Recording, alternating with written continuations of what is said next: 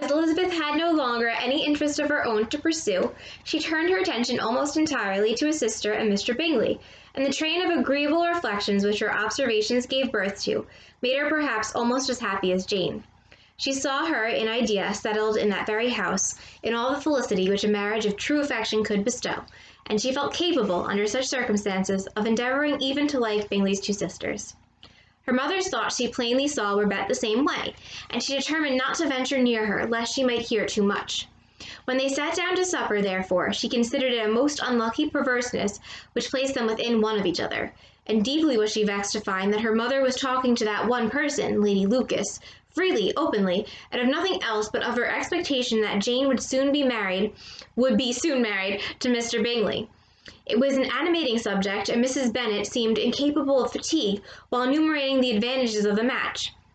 His being such a charming young man, and so rich, and living but 3 miles from them, were the first points of self-gratulation. And then it was such a comfort to think how fond the two sisters were of Jane, and to be certain that they must desire the connection as much as she could do.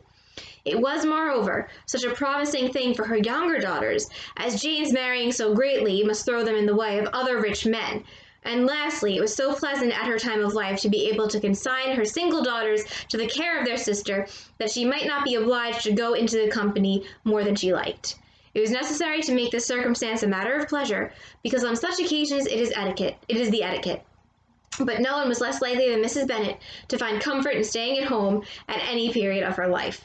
She concluded with many good wishes that Lady Lucas might soon be equally fortunate, though evidently and triumphantly believing there was no chance of it. So they're now sitting down to dinner. Your Regency-era England had a very formal way of seating. You really could not sit wherever you wanted to. So Elizabeth very pleasantly notices that Jane and Bingley are really hitting it off still. It seems like everything's going well. Elizabeth imagines Jane living at Netherfield, being married to Bingley, and can see them really being happy together. They would have a marriage of true affection, so not just a marriage of convenience or because they have the same social class or standing, but they really like each other, so it would go very well. She can see on Mrs. Bennet's face that she looks happy about all this, but when they're sitting down to dinner in that formal Regency structure, Elizabeth and Mrs. Bennet are only one person away from each other. They're very close, and Mrs. Bennet is just talking to Mrs. Lucas about how great it is and how she thinks Jane is going to get married to Bingley. On the one hand, it's bad because nothing has been mentioned about an engagement. It's not formalized. Engagements were very formal in Regency-era England.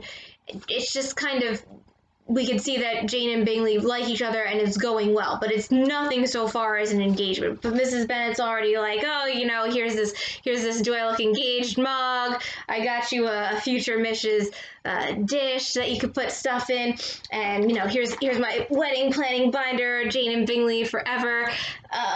Got some invitation samples from Minted, going on and on about how they're definitely going to get married, and then she's also like, oh, and it's great that he's rich, they're only, a few miles away from us, it's going to be wonderful. Also, here's another mug for my other daughters, because now they're also going to be thrown in the way of rich men, so they're all going to marry well, and then I can stay home, because I really don't like going out that much. Which we know is baloney, because Mrs. Bennet lives to go out and gossip and talk about all of these things. So, not only is she saying all of that to Charlotte Lucas's mother, but she's saying this at dinner when everyone else around them can overhear that she's convinced Jane and Bingley for sure are gonna get married, definitely, it's great, she already picked out the napkin colors, and she's also openly mentioning how wealthy he is, which in no time period is something that's socially acceptable to say that you want your daughter to marry someone who's rich. So, all of that is happening. Fun dinner. In vain did Elizabeth endeavor to check the rapidity of her mother's words, or persuade her to describe her felicity in a less audible whisper. For, to her inexpressible vexation, she could perceive that the chief of it was overheard by Mr. Darcy, who sat opposite to them. Her mother only scolded her for being nonsensical. What is Mr. Darcy to me, pray, that I should be afraid of him? I am sure we owe him no such particular civility as to be obliged to say nothing he may not like to hear. So Mr. Darcy overhears this whole conversation, and then Elizabeth tells Mrs. Bennet, you really have to stop talking. It's very upsetting and annoying to everyone. You're going to bother Mr. Darcy. And then Mrs. Bennet very loudly goes, I don't care what Mr. Darcy thinks. For heaven's sake, madam, speak lower. What advantage can it be to you to offend Mr. Darcy? You will never recommend yourself to his friend by doing so. So Elizabeth says, you're not going to make anyone happy by insulting Mr. Darcy. You're never going to make Bingley like you by doing that because they're best friends. Nothing that she could say, however, had any influence. Her mother would talk of her views in the same intelligible tone. Elizabeth blushed and blushed again with shame and vexation. She could not help frequently glancing her eye at Mr. Darcy, though every glance convinced her of what she dreaded. For though he was not always looking at her mother, she was convinced that his attention was invariably fixed by her. The expression of his face changed gradually from indignant contempt to a composed and steady gravity. So Mr. Darcy is really showing all of his dislike for Mrs. Bennet. At first he's just angry, and then he's just very serious, so it's not looking good. At length, however, Mrs. Bennet had no more to say, and Lady Lucas, who had been long yawning at the repetition of delights which she saw no likelihood of sharing, was left to the comforts of cold ham and chicken. Poor Lady Lucas is listening to Mrs. Bennet go on, and thinking, oh my God, I'm never going to marry my daughters off as well as Mrs. Bennet will. Elizabeth now began to revive, but not long was the interval of tranquillity, for when supper was over, singing was talked of, and she had the mortification of seeing Mary, after very little entreaty, preparing to oblige the company. By many significant looks and silent entreaties did she endeavour to prevent such a proof of complaisance, but in vain. Mary would not understand them, such an opportunity of exhibiting was delightful to her, and she began her song.